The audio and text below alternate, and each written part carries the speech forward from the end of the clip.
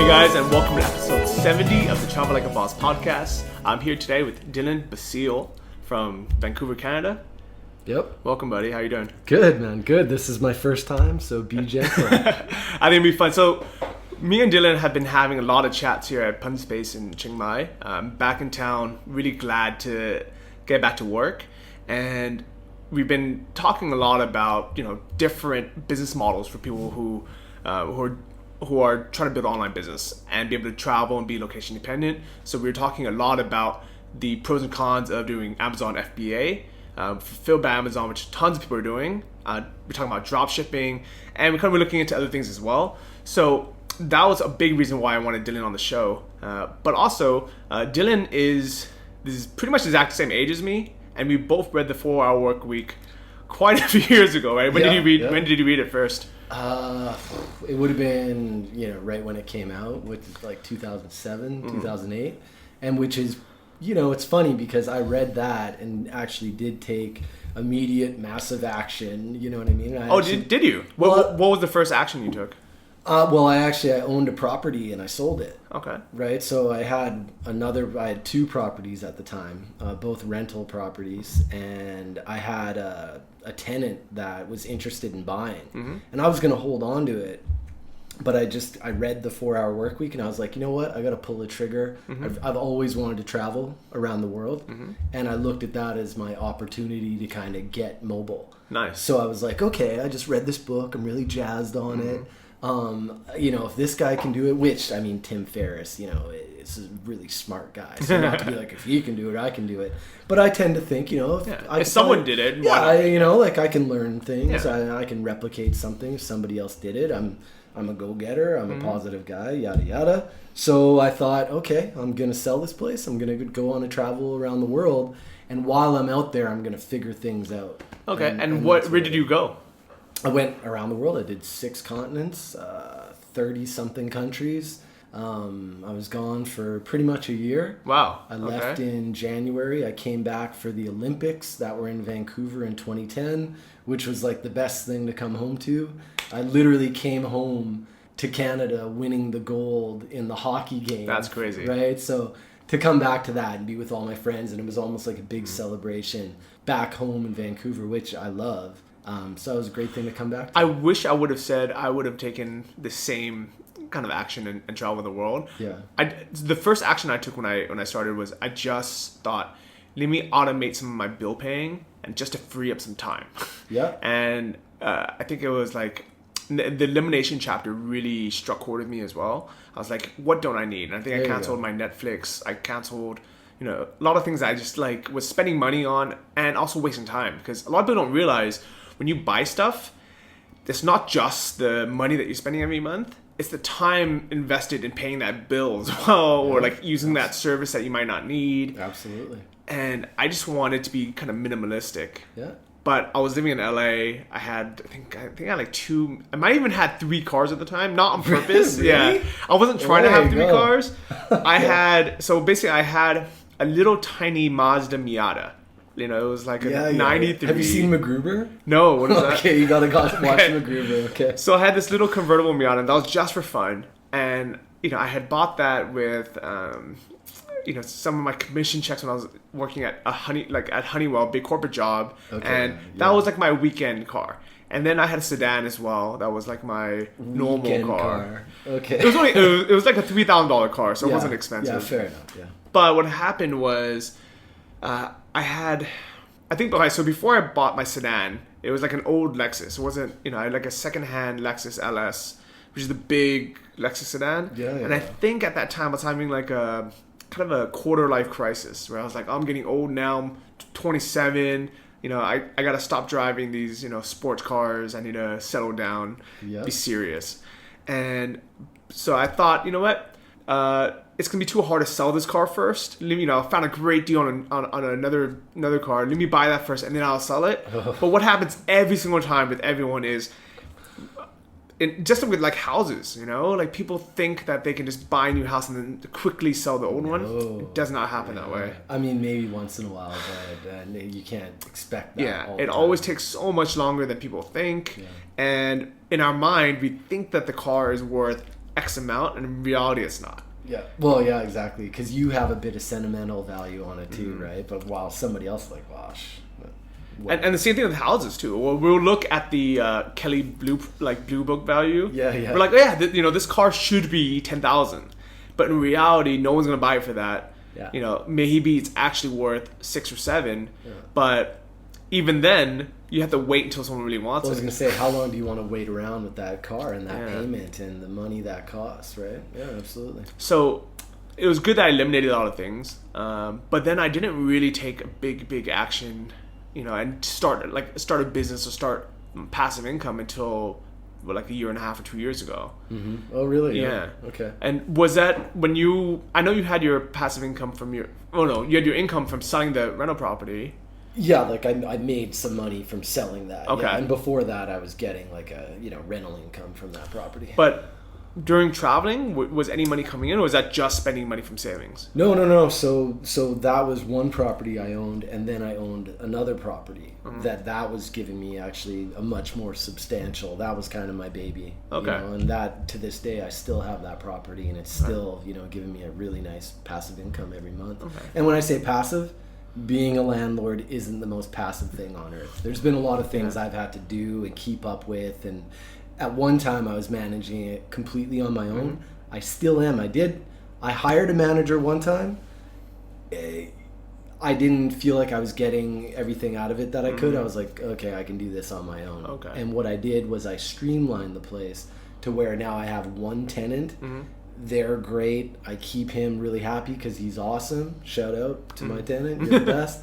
And that's hard to come by. You know what? I've had that place for like 10 years. I think that is hard to come by. It is. Yeah. And the thing is, so I actually was listening to another podcast today about buying apartment buildings, and he interviewed someone who works at a management company, where they make it sound so easy. They're like, just hire a management company, they'll take care of everything. Yeah. And I think it would be if I was in the US and I got to know them and it ran smoothly for 6 months or a year or 2 years, and then I could be like, okay, now I can come travel and not worry about it. But being here in Chiang Mai, I know for a fact if I bought a single family home or even like a fourplex, thinking I can, in 1 month I can buy it, get a manager to come back here, there's no way that's gonna happen. No, and I mean, all it takes is one really tricky, messy maintenance thing that all of a sudden your tenants aren't in there. And I mean, this whole time you're counting on that rental income to pay your mortgage. And all it takes is 2 or 3 months of somebody not in there for you to be in a world of hurt. I mean, people that, and well, I'm no expert, little disclaimer here, I've had a property, but I don't know everything about it. I imagine that people that have, multiple properties, that they are in a position where they can float with the place for months at a time. If they have 5, 6 properties, they could do that. For someone beginning, or they only have 1 or 2 places, if you don't have that float, or you have other responsibilities like children or whatever, I mean, let's be realistic, not everybody is in that position of having that money to play with. Then it could be in a world of hurt of having to take out a loan to pay for this maintenance. That gets really messy, and then you got to get tenants again. That a manager, it's not like they're just out here working for you. They have hundreds of properties they're managing. Responsibilities, they'll get to you when they can. So I would love to buy rental properties in the future, and that's actually still a goal of mine. I would like to, in the next 2 or 3 years, have enough money saved up where I can buy at least a fourplex, if not a small apartment building, and maybe live in one of the units, and rent out the other ones, and then also have a property manager and like a maintenance guy, so I don't have to be the one fixing the toilet, because I'm not very handy at all. And if you don't like doing that stuff, I mean, I have an uncle and friends of mine that are handymen, and I mean, I'm not afraid to get my hands dirty, but it's not what I'm good at. I'm not going to pretend like I can just go build a deck whenever I want. I mean, that's stuff I need help on, and it costs money.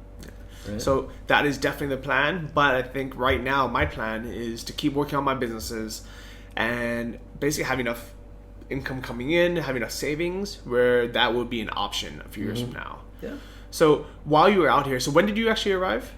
In Chiang Mai? Yeah. It would have been, the start of the month, so April 1st. And where were you before that? Like, tell me, like, why are you actually here in Asia? Okay, yeah, for sure. So Vancouver, I love you, but it does rain a lot. Okay. Right? So in the wintertime, it gets really rainy, and I've been in Vancouver now for 10 years, right? So my roommate and I, who, we lived together for 5 years, he's my best friend. We kind of said to each other, we're like, we had that moment, where we're like, man, we could do this for another 5 years if we're not careful. We kind of got to move on, right? So before I'm going to go get another place in Vancouver and sign a year lease, I was like, you know what? It's going to be winter. Why don't I go travel and spend that money that I'm going to pay on rent back home and spend it on travel? Because rent in Vancouver is not cheap, right? No, yeah. For somewhere that I'd like to be, I'd be looking at close to $2,000 rent Canadian a month, right? So like $1,800 American. And what can you do with $2,000 out here? You can go ahead and have a great life. I mean, honestly, I went to Indonesia. I started this trip as a surf trip in Indonesia for 6 months. Now, I'm not the world's greatest surfer, but I wanted to go to Indonesia and, cut my teeth and improve and have fun there. And you can live pretty cheaply in Bali. Anyway. And was it fun? Oh, yeah. Indonesia's great. I could do Bali. I could live there. Right? What part of Bali were you in? So I was in Seminyak. Okay. Is that where the surf capital is? Or? Yeah, I mean, I think all of Bali, depending on the time of year, you'll have different currents coming from wherever giving better surf in different spots. I think the more, hardcore local dudes would be in like Uluwatu, which is like South Peninsula.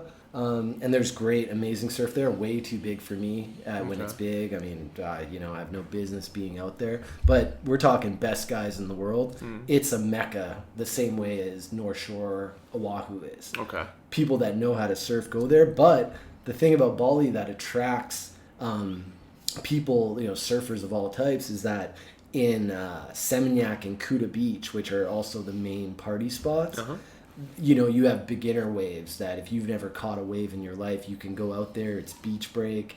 You're not going to hurt yourself on reef or anything like that. But you could paddle further out or go to different spots around Bali that, no beginners are going to be at. And it's mostly for seasoned vets and pros. And you can have that too. So Bali really does appeal to surfers of any level, I think. And were you even planning on coming to Chiang Mai afterwards? No, not at all. So I was planning on just doing 6 months just to kind of escape, the winter in Van 1 year. And, I had every intention of going back to Vancouver. And it's funny, I think there's something about, being the age we're at and even younger that we get these stupid quarter life crises kind of things where we go, oh, I got to get realistic. I have video of me being interviewed. I know I said this is my first interview, but this is to me, this is a podcast. Yeah. We're doing an interview. This was by a friend traveling and just asking me what I was going to do. And this was when I was 27 on my first trip. And out of my mouth, I saw it again. And I'm like, oh, I'm going to go home and get realistic and, and get a job and do all the right stuff. And I went home and I did that. And, I wasn't really happy, I got to admit, for the last few years in Van, I just, I knew there's this other world out there and it suits me. Mm-hmm. And I think me traveling for that 6 months was me getting to go do that again. But as long as I put the disclaimer on myself, like I did last time, but I'll go get realistic when I come home. But what's different this time is that I feel like this world of being a digital nomad has really blossomed. Yep. And for guys like me and you, or you and I, it really seems possible to now make a living, to spend that money that we'd be spending on back home. Where are you from again? San Francisco. San Francisco. I'm from Vancouver. Two the most very, expensive places. Like, that is, as expensive as it gets, I'd say. Yeah. And that money that I'm saving from not living there, all of a sudden I heard about Chiang Mai from seeing Nomad List, from seeing, multiple kind of resources on the internet, that this place seems like the digital nomad mecca. Yeah, and right? Did it live up to it? Absolutely. I've only been here 2 weeks, basically. Okay. And it's really charmed me. I've been to Thailand 4 times for months at a time each.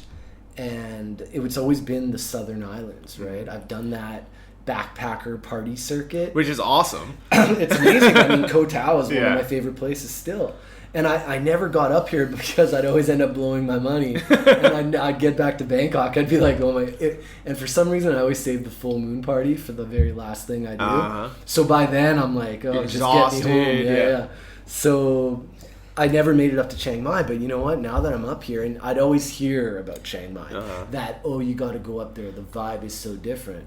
But I'm a beach guy. Yep. So that always kept me away. But I'll tell you what, now that I'm here, it's like my favorite part of Thailand. Like, honestly, Mind you, it's but amazing. I don't know. Would you have appreciated Chiang Mai as much if you came here first, and not the islands? Well, no, yeah, because I like Thailand to begin with, right? I really like the people. I think everyone's isn't crazy about tourists. Like, who's like, oh, there's so many tourists there, you gotta go, right? Nobody ever says that. But with Chiang Mai, I mean, really, the thing that I like about it, it's everything I loved about Thailand without all that, really touristy kind of stuff. But to be fair, when I was first traveling, and I was kind of like a little bit scared to travel, and I wanted everything to be super, super easy. Like, I never wanted to have to order food by pointing at something. I wanted to just be able to order in English, or I wanted Western people around all the time. Mm-hmm. I think at that point, I really liked being in very touristy places, and that's why my first trip was just Bangkok and Phuket, because I knew obviously I didn't really know I didn't even know what a backpacker was. Americans we are so in the dark when it comes to a gap year or backpacking. Like, most people, I've never heard of it going through high school or college. It wasn't even a term. Okay, yeah. And when I got here and I saw backpackers, I didn't even know what they were. Huh. Like, to me, it was a new species of people. Yeah, see, I think that might be a little different between Canadians and Americans. Because Canadians travel a lot Yeah, we more. do. I mean, I can honestly say that I usually see basically, the Aussies, Canadians, English, Germans. All the Europeans. Yeah, they travel quite a bit. There's a lot of American digital nomads, though. And I think it's either they go all the way and become a digital nomad, or like a full-time traveler, or they, never ever come out.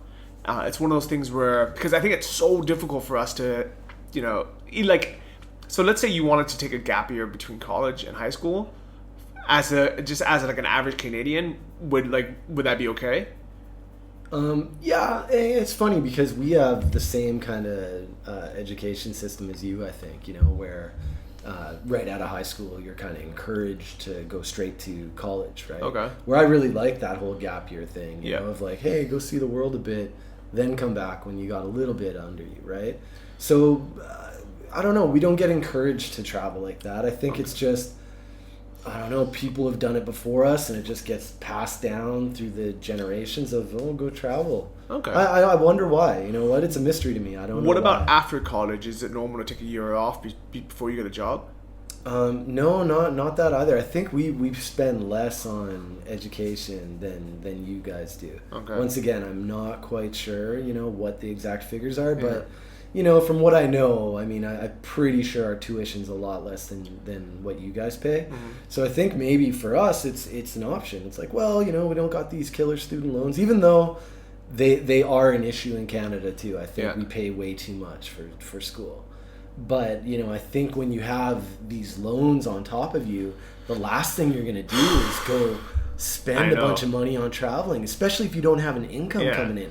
That's where that whole debt culture really hurts people because, hey, shut up, take this loan, go to school. Don't even think about it. Yeah, don't think about it. Like, everyone does it. Well, yeah, and it's a shame because, you take out this loan when you're a kid.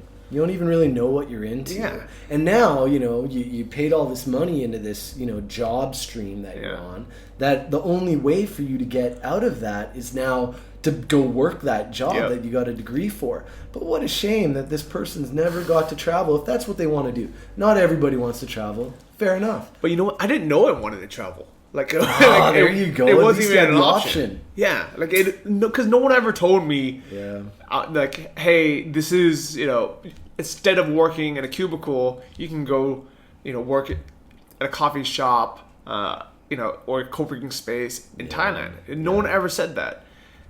I think maybe it's changed now. I wonder, like, I really wonder if there's any people listening to this show that are, let's say, under 18 or in college, or, I mean, if you are, please leave a comment or message me on, like, Twitter or Facebook, whatever it is. 'Cause I want to know what the demographic is. Because if you guys are in high school or in college, man, take a freaking gap year. Take a gap life. Yeah, I'm actually... It's a shame. I mean, you can... I remember when you're 18... You know, let's say your friends are going off to college. Yeah. You know, and if there's anything, you know, like I took a year or two of college off and on type of thing. But, you know, I never paid attention. I was just like, I was only there for the social aspect. But when you see your friends doing that, you might want to, like, you know, make sure you're not losing them and missing out, right? But you're not missing out at 18. It's college. You're still a kid when you're 19. You're still a kid at 20, 21. That college isn't going anywhere. But you have these windows of opportunity. I've been lucky enough to travel at 19, 23, 25, 27, 31, 33. Like, okay. I've got to travel quite a bit. I've seen it at those different levels. You can only be that kind of idiot, like you said before, and not to call anybody an idiot. Well, I'm calling myself an idiot. I was an idiot when I first started traveling when I was 27, I think. Okay, yeah. And I wrote a book about it. It's called 12 Weeks in Thailand. I gotta check it out. Yeah, I've heard of it, yeah. And in it, I talk about going to the full moon party, picking up Swedish girls on the beach. Swedish girls in Copenhagen. Drinking buckets, partying, you know, working as a dive master, and going to all these different islands, and how to live for as cheap as possible. And yeah, a lot of it was me, you know, just being a 27-year-old male, hormone-driven idiot. And that's your window. You're supposed to be that, right? Where right now I'm not looking for that. You know what I mean? I'm here kind of doing some other thing that fulfills me just as much. But you have these periods of your life where, man, what a great thing to be just out of high school. You're on your own out there for the first time. And you're experiencing all this stuff. You get this. The greatest thing I learned from traveling is perspective. I honestly think it's one of the most valuable things you can learn in your life. Go into that more. What do you actually mean by perspective? To see other cultures, to see how other people live, to talk with somebody that you would have never got the chance to talk to in the city that you're from, in that bit of a bubble. Wherever you're from, you're in a bubble. The same way as somebody who lives in Napoli is in a bubble. Somebody that lives in, you know, Green Bay is in a bubble. Somebody in Vancouver is in a bubble. What's insane is, even growing up in San Francisco, you would think that people there, because it's such a big city, you know, we have international people from around the world. It's a melting pot. Yeah, you would think that we're like super open-minded and the opposite of a bubble.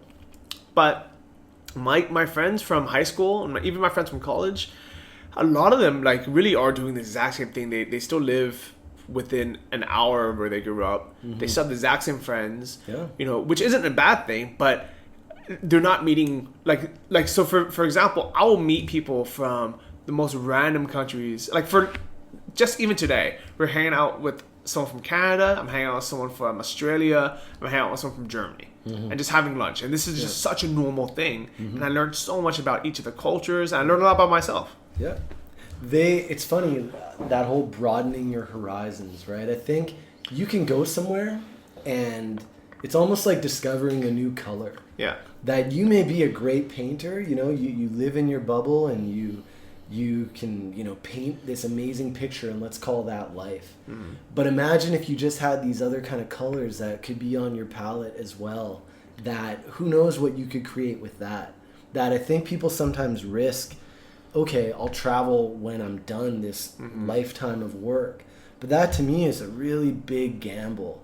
You know, and then you get there, what if you discover something that just turns you on and turns your life around at 60? Yeah. And you go, oh, I could have spent my life, you know, like enjoying that. So even if it's just a year, I get it. Not everybody has the opportunity to travel. I think people do. I think that it's your choice. Well, yeah, I agree with that. And especially now. So when we both read The 4-Hour Workweek, it was scary because even though this Tim Ferris guy did it, he went to, was it not Princeton? Princeton or Stanford. He had like a $100,000 or even $1 million supplement company. It was a big company. Okay, yeah. You know, that he gave that example in the book. You know, he's a smart guy. Yeah, like I remember reading that and being like, well, I don't relate to this. Like I don't have that. But at the same time, I have friends who, you know, they didn't go to, you know, Ivy League schools like Princeton, but they read the book and they're like, oh, okay, you know what, let me just follow exactly what this guy says. They didn't self-doubt themselves like I did, or think like, think that he couldn't do it. And one example is actually Anton, for my mentor, the guy I learned dropshipping from. Oh yeah. He read the book and he was like, this makes sense. I'm gonna do it. Yeah. and that's great. That's it. Yeah. He'd like, and I would love to have Anton back on the show again, because he had such an interesting life. When he grew up, he had an uncle who was a businessman, and he would see his uncle and be like, his uncle is not any smarter than his dad. Why does his uncle have a boat and be able to take these vacations and do all the things? And he's like, oh, it's because he owns a business. I'm gonna own a business. Mm-hmm. And then he asked his uncle, like, how can I be rich one day? And his uncle was like, you can do it, definitely. And he's like, okay, I'm gonna be rich one day. And that was it. And I think growing up, I never really had anyone in my family who had was an entrepreneur. You know, my parents actually owned a restaurant when I was really young, but I don't remember it because I was probably only like 12 or 13 when they sold it. And then they started working for other people again. And in my mind, if anything, it showed me the opposite. It was like, don't open your own business because it's not going to go well. It's going to fail. Okay, yeah. Mm. You know, and that could be a subconscious thing, because I saw the stress that they had. And I remember them fighting all the time, with their business partners and talking about how stressful it was. Mm-hmm. And it was easier just to work for someone else again. And maybe that planted a seed. And it took me, until I was 27, well, actually 31, to actually start my own business. Because I was still working for other people when I first started traveling. Mm-hmm. That's okay. I retract my statement that wait.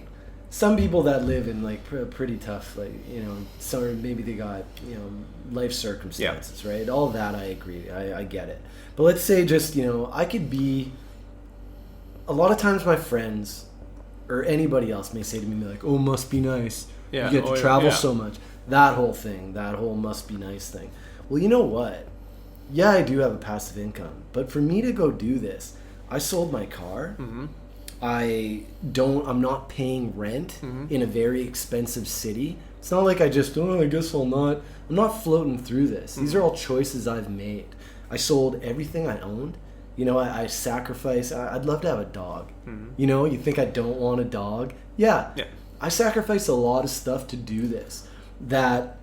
Hey man, do you want to travel too? Well, are you willing to sacrifice your F-350? Yeah. Are you willing to sacrifice paying $100 gas every week? Mm-hmm. Are you willing to sacrifice your $2,000 apartment? Because listen, you can travel. You can how much does it cost to live in Chiang Mai?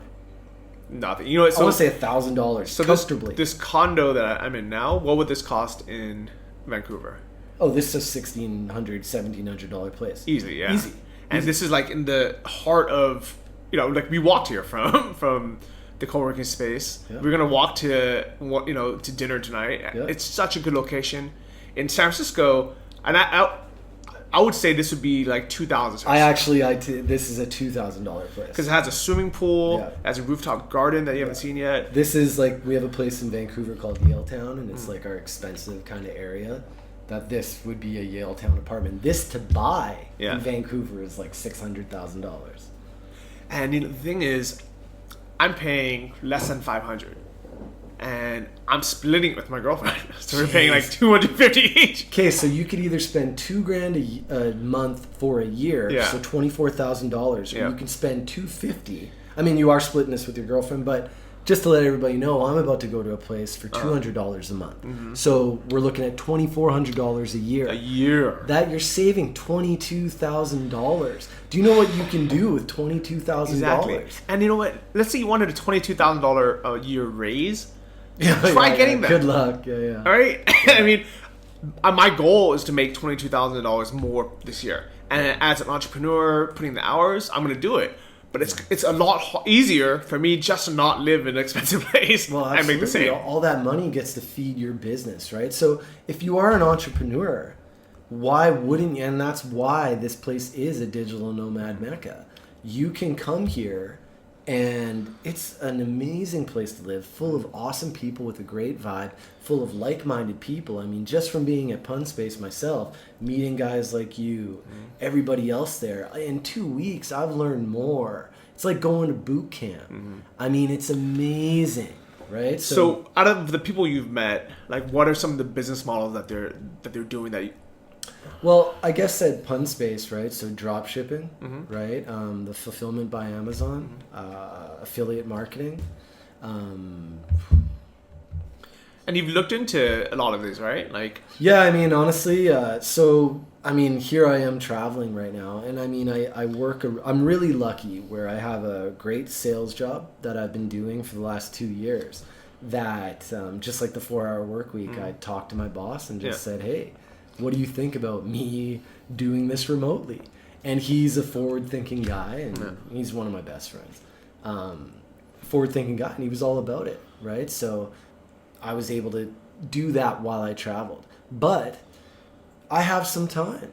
You know, I'm sitting here going, okay, because I thought about getting into more real estate, because I was doing conventional, old-school ways of making money. First, I want to applaud you for, I don't know if people caught that, you did exactly what Tim Ferris said. You had a job. Yeah, I did. And instead of just quitting the job or suffering through it and sitting a wall and being stuck, you said to him, let me do it remotely? Yeah, and want to know what I'm doing is basically what I did there. So I'm doing exactly what I was doing for 2 years in Vancouver living. But what I did was pretty much shave $2,000 off my living expense. Because you get the same salary. So it's almost like I gained 20 grand just from asking. And you can live here. Yeah, which is, I mean, and I'm traveling right now. I'm going around the world. Where right now, I mean, I love Vancouver. I'm going back there in the summer. But I think I'm going to make my home base Chiang Mai, where I was going to make my home base Vancouver. But you know what? For it just, I don't see why I wouldn't. You know, like Chiang Mai is just that good. It's such a central hub around here. And that money I save every month, that's another trip. Exactly. That's me going to Nepal. Exactly. That's me going to Malaysia. That's me going down to Fiji. Not to mention, I mean, you can go anywhere from here. It's actually a really nice central location. And the nicest thing is, because you're not in a rush to have to pay bills, to pay $2,000 a month in rent, you can take your time and really research, because absolutely, you're really big on just kind of looking and weighing the pros and cons of whatever you're going to jump into. Yeah, like right now I'm researching all these things. I to get back and not to jump over you here, but right now I'm kind of looking for a new stream. Okay. You know, like I own a property, and let me tell you, it's work. Yeah. But you know what? I'm so down with this culture that I want to be doing something involved with it, because I know I could probably excel at it. So right now I'm researching a new stream. Yeah. So the two biggest things that people are looking at now is Fulfilled by Amazon, which is basically importing your own product into Amazon's warehouses, and Amazon will sell it for you. Well, they'll list it on Amazon.com, and then if it sells, they'll ship it to your customer. And the other thing is drop shipping, which you don't buy the inventory, you just get approved as a authorized dealer from the supplier, and then when someone buys something from your site, then you ship it. You don't ship it. The supplier ships it to the customer. So those are the two main ones that most people are looking at. What are your thoughts on kind of both so far? See, to me, they're both something that you have to work at. I think a mistake a lot of people might make with being like the digital nomad and stuff. It's like, yeah, you get to work from the pool on your laptop, but you got to work from your pool on the laptop. Yep. I mean, it takes time. So I think with both these things is they both are viable. They both have plenty of positives, right? I think what you have to do is really commit to what you're doing, put the work in for months. You know, I don't think any of this stuff is a quick buck type stuff. You got to put the work in, and you got to enjoy what you're doing. Definitely. Right? Otherwise, you're going to burn out. So an example is, today I was working on other stuff. Actually, I was working on a email autoresponder for my blog, Johnny FD. And actually, I decided to combine both the Travel Like a Boss email list and the Johnny FD email list, because I figure it's the same people going on, and there's no point for them signing up for 2 different ones and having me send the same email saying, hey guys, I'm in, check my out. Exactly. So I've also decided to actually just pay for a real email service. I'm using Aweber now instead of using the free ones like MailChimp, and I was using something called Mad Mimi. Okay. And mainly because in the beginning I was like, oh, it's free, let me just do it.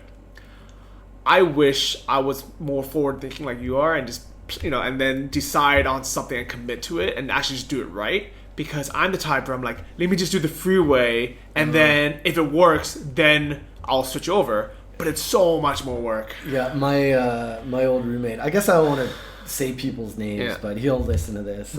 He always would laugh at me because I'm the type to really, really research anything I end up buying or buying into. To a fault almost. I'll overdo it. But I like to know because I do like to commit, and I'm pretty loyal. You know, like I'll just kind of keep with that thing for a while to make it work. That's very smart. Yeah. Like I'm starting to be like that now, especially now that I actually have the income. I know, okay, this email list is gonna make me, 10 times the monthly rate of what I'm paying for the email service. So I might as well do it right. And the thing about the emails is, it's a great way for people to just keep in touch with your blog. Because someone can go to johnnyfd.com and love it and be like, this is awesome, I really enjoy it. And then they'll forget about it forever. Yeah. And nowadays, Facebook and Twitter don't show all your engagement anymore. So especially with Facebook, it's almost useless now. Like, yeah, I keep hearing that. See, I don't know about this world too much yet. Yeah. So with Facebook, it's like, you would think I post something on Facebook, if you're my friend or you liked my page, you'll see it. Not anymore. Only 10% of those people will see it. Wow. And then if you want to pay money, then 100% can see it. Or if it just happens to go viral, people sharing it, but the chances are pretty small.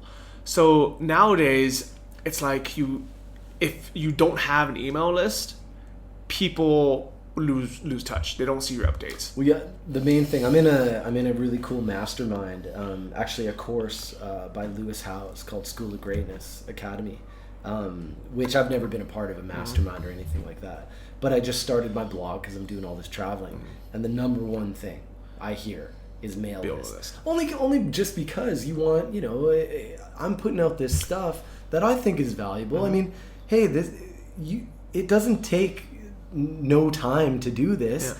Do you know how long it takes me to construct a blog post and be happy with it and feel that it's valuable and this could help somebody out? It takes days. Days. And you want people to see it. You don't want that just to, I want, if they're into what I'm doing, I'd love for them to kind of, and the thing is, they probably want to. They want to see it. Yeah, and they just want that reminder. Don't be on the list. Yeah, exactly.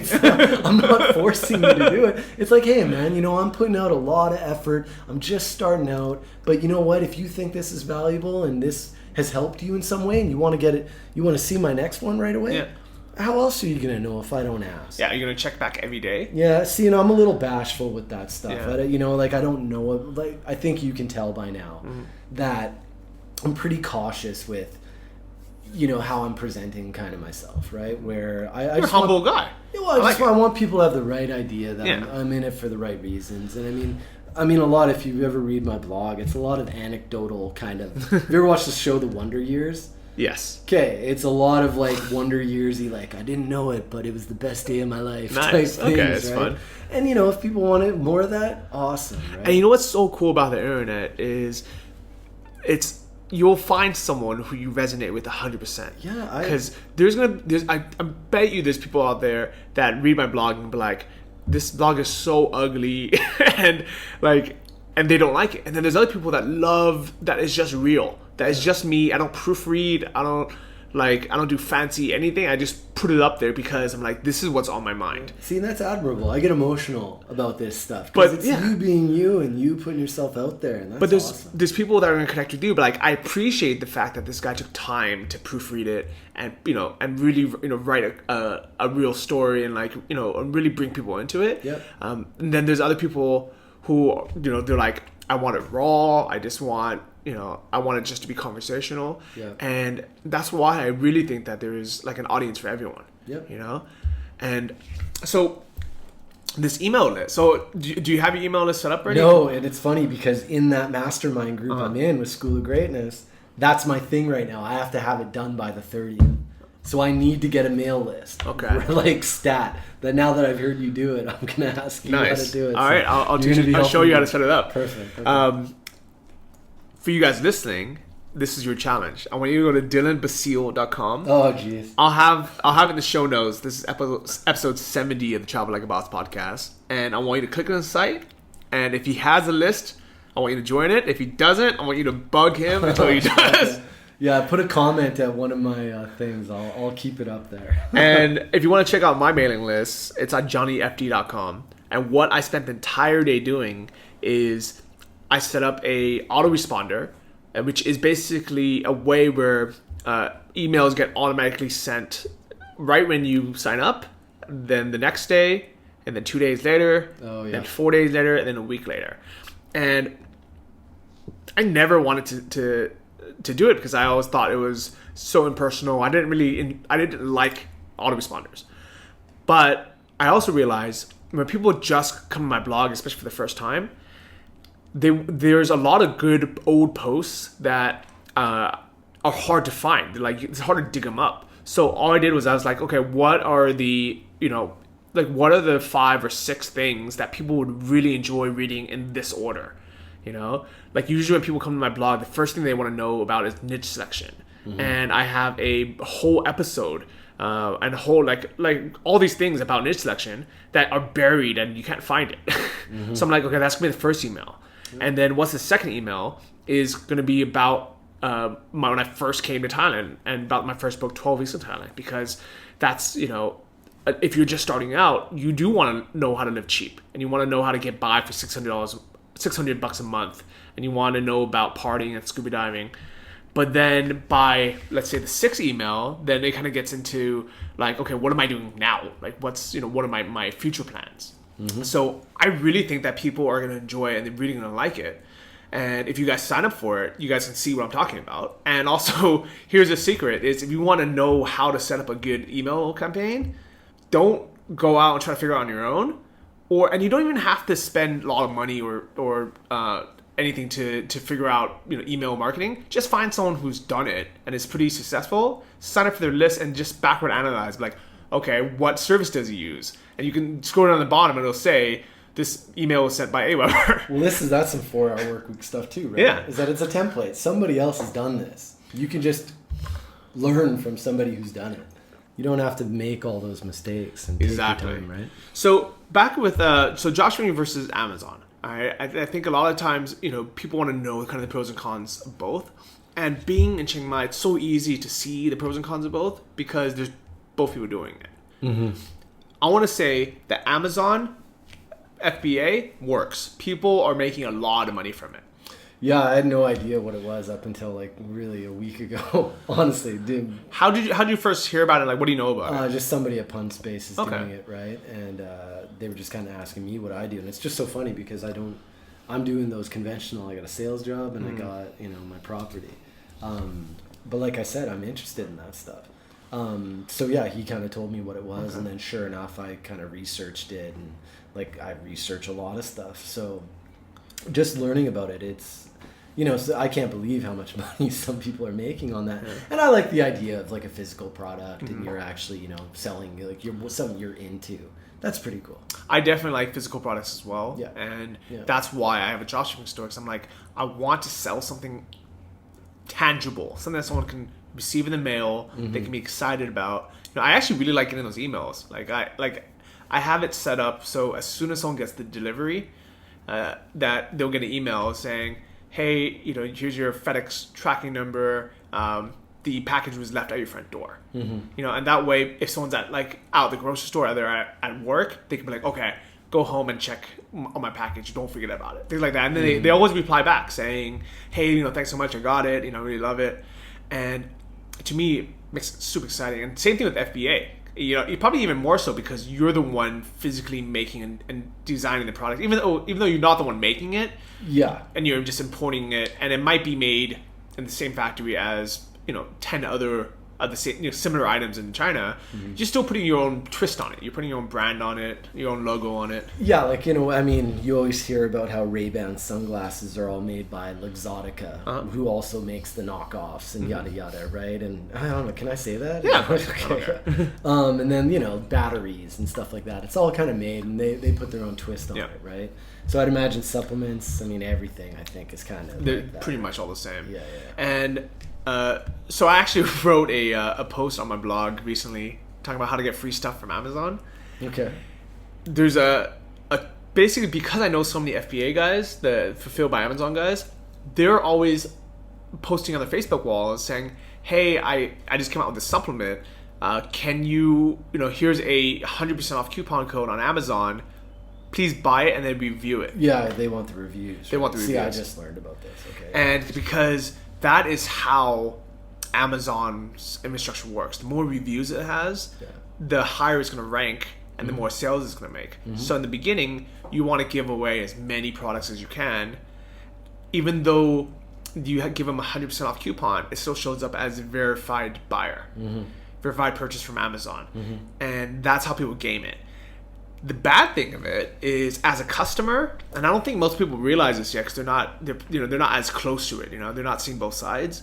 As a customer, I was trying to buy some accessories for a GoPro. I wanted to go scuba diving with it, and I was typing in GoPro scuba diving mount, GoPro scuba diving red filter, and I could not find anything I wanted that wasn't made by obviously an FBA guy who's just doing marketing. Now that I know what to see, as someone, I'm a layman for everybody listening. I had no idea what any of this was up until a week ago. And I had no idea. I'd go on Amazon and I wouldn't be able to, it's like the Matrix. I can't see the code. But now that I can spot it. And you're so right. I'm sorry to cut you off. No. Exactly. You can see it. It's obvious.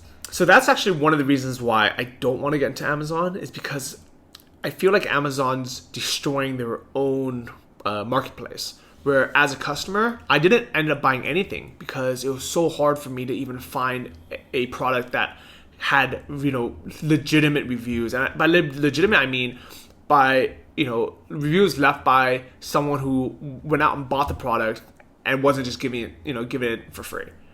Because there's a big difference between someone who gets it for free because you offered it to them and then they happen to review it, versus someone who really wanted to buy it, needed it, spent their own money, and then received the product, used it, and then went out of their way to leave a review. And so what's going to happen, I think, is either one or two things going to happen. Either people are going to stop shopping on Amazon and start shopping on other places, or Amazon is going to be like, we need to crack down on all these small suppliers gaming the system. Yeah, it's funny because we talked about that, just how all these systems are getting gamed, right? I mean, all the social networks. I was saying how useless it is having, following 10,000 people. How can you even use Twitter when you're following 10,000 people? It's like, oh, but you have 10,000 followers. But it's like, you know what?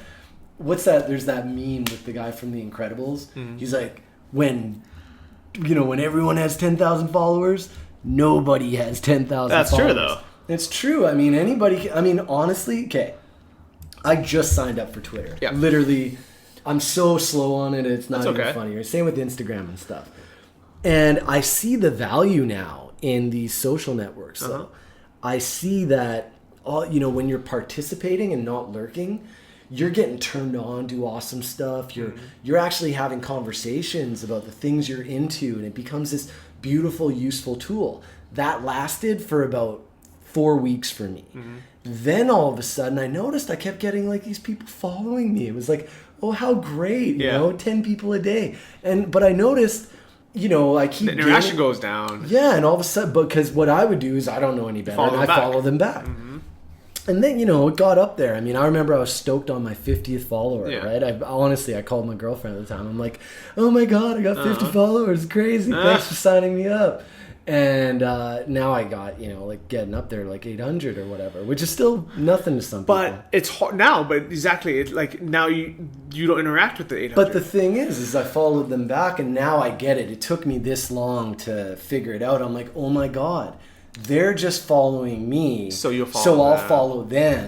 If I don't follow them back, They'll unfollow you. they unfollow me. Yep, exactly. But what sucks about that is as soon as, I mean, these things have a saturation point to where I want to see, you can't physically scroll through all the updates once it gets past like 200 or 300.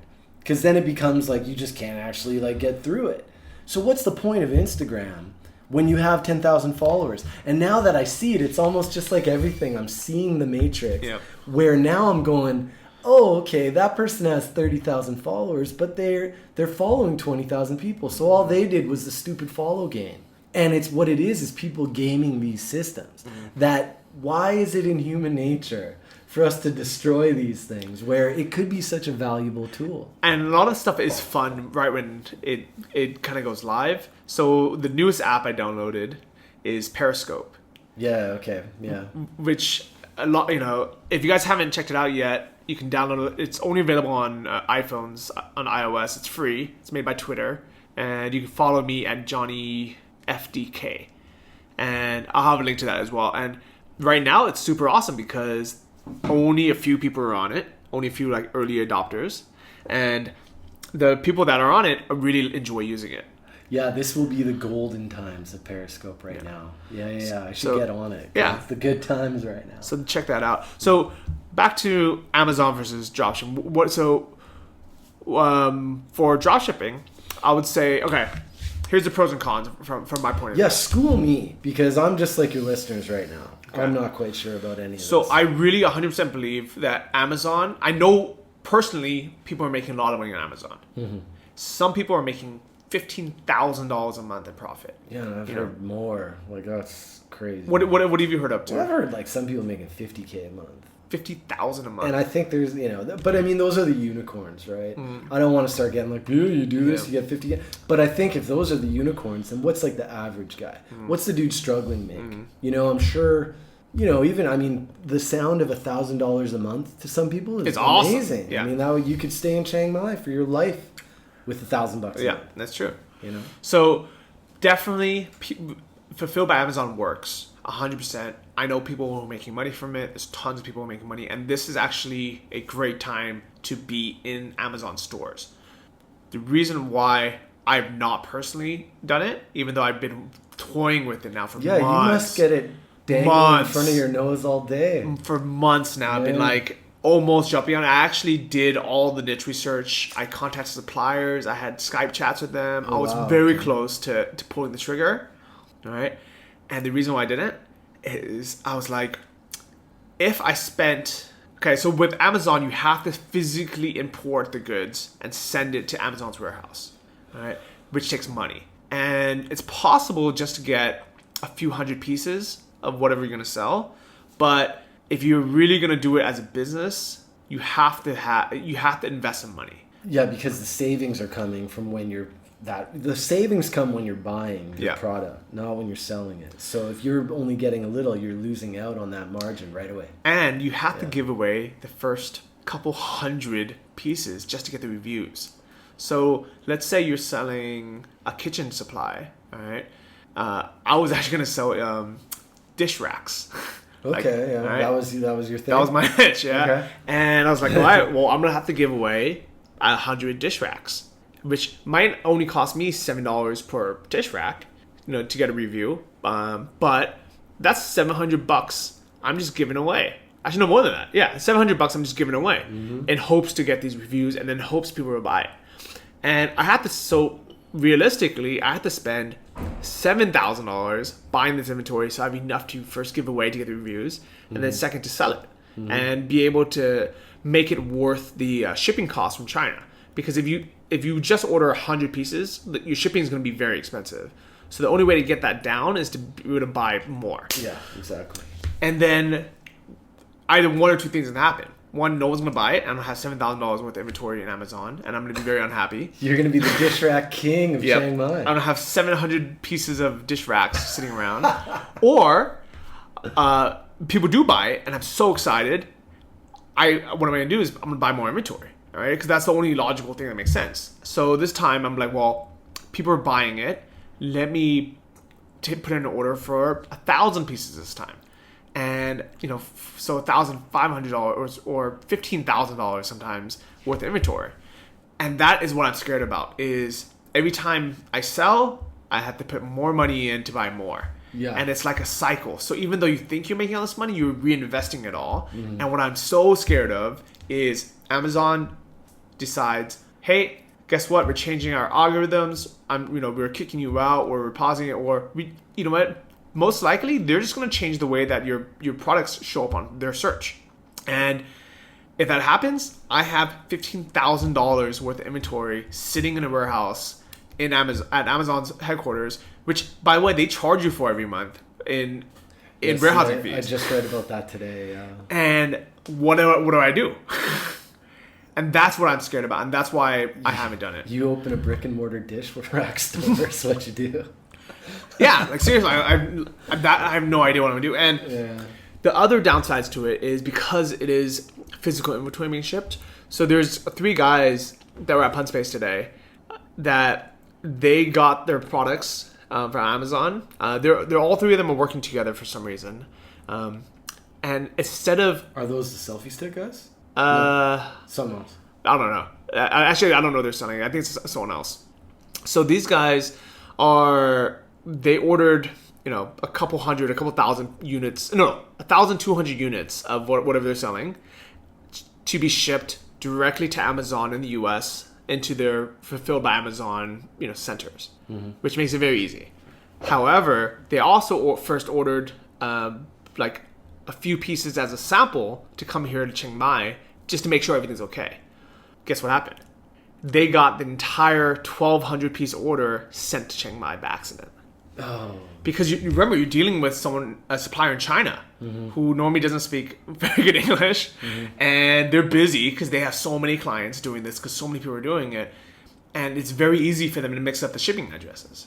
So they are now stuck with 1,200 pieces of unit that is now in Thailand that they're still going to sell, but they're going to have to now they have to ship that to the US, and they've decided that they're going to ship them individually when people buy it, or something like that. I think it would actually make sense for them to label it and package it and then send it to Amazon's warehouse again. But either way, now they have to spend all this money in customs fees and then shipping again, and that is stuff that I don't want to deal with.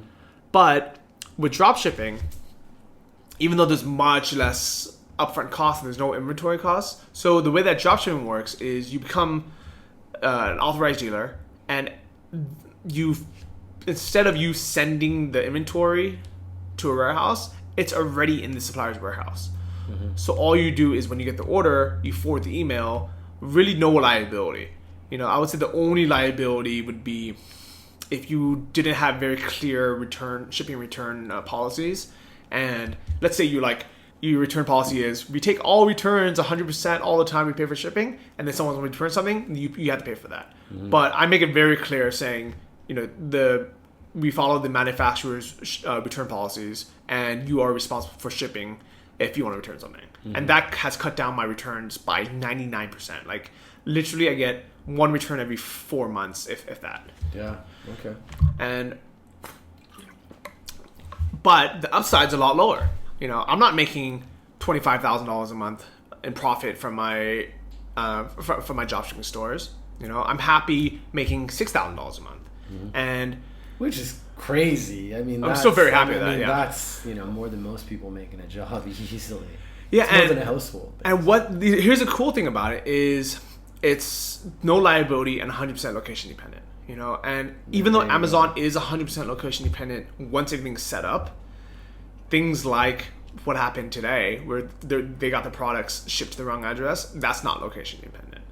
Or having the inventory in Amazon's warehouses when they if it doesn't sell, that's not very location dependent either. So these are kind of the pros and cons. I'm still weighing my options. Yeah, I mean, I think a lot of people are. I think that's kind of like the big debate. But here's the thing is, you know what? if someone wants to do Amazon, they should do it right now. I really think so. Like, I think if they want to do it, they should not wait 2 more months to do it, because it's going to be 200 times harder 2 months from now. So no pressure. No pressure, guys. I know there's a amazing selling machine launch coming out in a few days. If you want to sign up, you have 2 days to sign up. See, that's why I'm researching it so much. I want to know if I'm going to do it. Right? And that course is expensive, right? How much is it? Yeah, that's the thing. It's not cheap. I think it's like almost $5,000. So $5,000, like, that's great. On top yeah, of whatever you got to pay for your inventory and all that stuff, design, branding, blah blah blah. So $5,000 course, and then probably realistically $7,000 in inventory. That's $12,000. Yeah, that's crazy. But with the potential of making $12,000 a month in profit. Yeah, and I mean, I've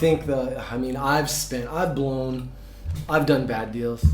You know, I've lost a lot of money before on dumber. Oh no, I don't want to say dumber, but just on me being stupid. Well, you know what? That's wrong. I wasn't even being stupid. I just took a risk. Yeah. And I lost. And you know what? Same way as I took a risk been, and I've won. Yeah, it could have been the exact opposite. You could have taken that risk and won. I mean, you hear that a lot of times from any idol I have, kind of in the entrepreneurial world. You know, you got to fail.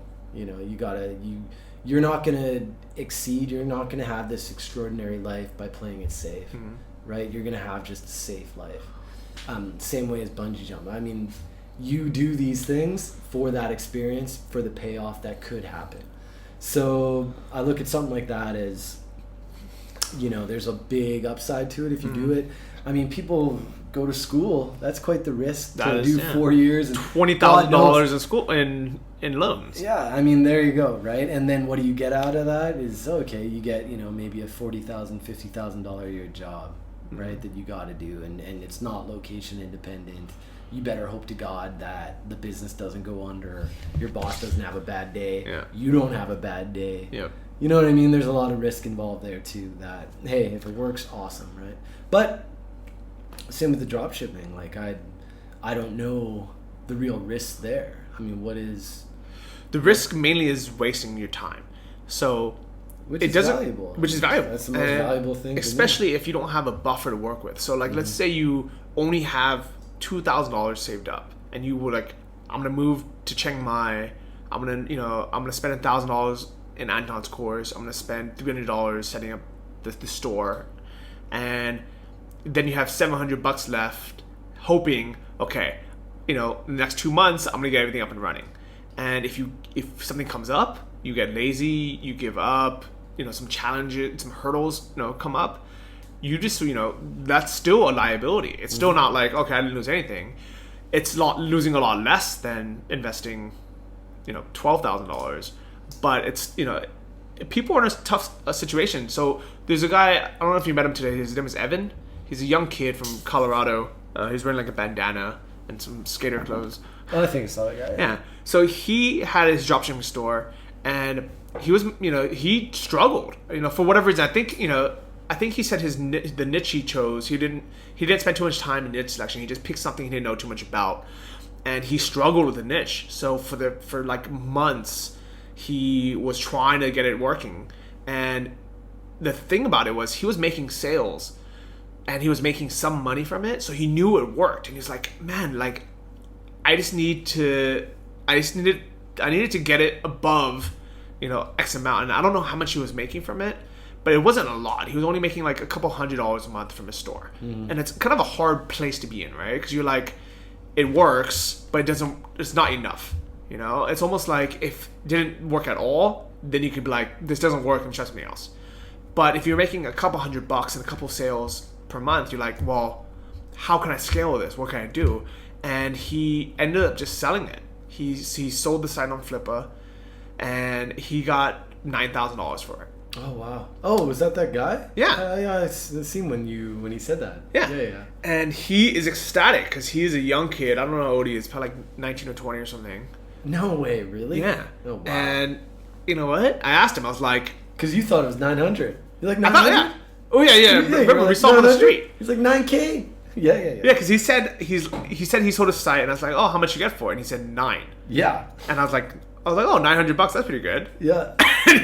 He's like, no, 9,000. Yeah. And I asked him, I was like, would you, would you be happy just making another one of these sites and selling it for 9,000? Even if you didn't make money from the actual store. And he's like, heck yeah. Because especially for a young kid, especially living in Chiang Mai, to get paid more than $3,000 per month, working from your laptop, you're happy doing that. Yep. So now he's working on a couple more stores. And for $9K, you got 4 years rent in Chiang Mai. It's you know insane. what I mean? Think about that. So here's my dilemma: is I know if I spent more time on my dropshipping stores, or if I open another store, I can make more money. Mm-hmm. But I'm not doing it. I'm like, if you look at my income reports, my monthly sales for my main store is going down. Part of it is because we had some inventory issues because there was a port strike in Long Beach that was affecting pretty much everyone that ships anything into the US from China. And that kind of went down. And that actually honestly kind of demotivated me. I'm like, well, I don't want to deal with every other product being out of stock and having to email the customers saying, hey, I'm sorry, this is going to be 3 weeks late, and then having to deal with it. So to be honest, that's a big reason. But also the main reason is because I'm working on a membership course, which I haven't told anyone about yet, but I'm part of a mastermind. I paid $2,000 to be part of this mastermind group to make a membership course. Mm-hmm. So I've been focusing 100% on that. Yeah. And that's actually the main reason why I want to build up this email list, is so when it does launch, I can email everyone, say, hey, my membership course is out, check it out, sign up, spread the word. And that's why this morning, even though I woke up with a $1,200 order on my phone and a $320 order on my phone, I didn't even fulfill those or check my email until 4:15 p.m. And I got into Punspace at 8. I knew I had this money just sitting there, and all I had to do is log in and click fulfill and forward the email, and I didn't even do it. Wow. Because I was like, it doesn't matter. My focus is this membership course, because I know 100% this is gonna be my baby, my passion. It's gonna be something I'm like. The more I do it now, the more I know for a fact that I'm gonna be 100% dedicated to it. Yeah. And I'm very happy with my dropshipping stores still making sales and still making money and still paying everything. But I want that to be automated. It's a great source of like semi-passive income. But like I think I'm just excited to try something new and then really think about the big picture. Yeah, we'll go for it. Yeah, thank you. If that's how you're feeling and that's where your energy is and your focus, then yeah, follow that. You know best. Yeah, but it's hard thinking that. It's like man, if I just spend some more time, I know I can double my income from the stores I have already, or I can start another one. Yeah, well, you always can. Yeah, that's the thing. I mean, you've kind of you've got this thing now, right? To know how to do it, What is that from? Whenever I get that aspirational, I get kind of Tony Montana. Nice. We can really do this again, we can do this podcast again. We can. Right? I'll do it in the Tony Montana voice. And you know what? So how do you say your name in Italian? Because that's your Dylan Basile. Okay, so everyone check out dylanbasile.com. Yeah. Follow my blog, johnnyft.com. Sign up for that new mailing list. You can check out my emails I'm going to send you, and 6 bonus gifts that are going to come over the next 2 weeks from it. Oh yeah. Oh yeah. All right, guys. Dylan, thanks so much for being on the show. Yeah, thank you. This was it. my first interview ever, so thank you very much. Dude, you know what? You're going to crush it here, and keep in touch, everyone, because everyone out here in Chiang Mai is living the life, and I want you guys to be out here as well. Peace out. Thank you for listening to the Travel Like a Boss podcast. If you want to hear more, including the bonus How to Choose the Perfect Niche episode, join our mailing list at travellikeabosspodcast.com. See you next week, and remember, if you want to travel like a boss, you need to be your own boss. So start your online business today and start living the lifestyle you've always dreamed of.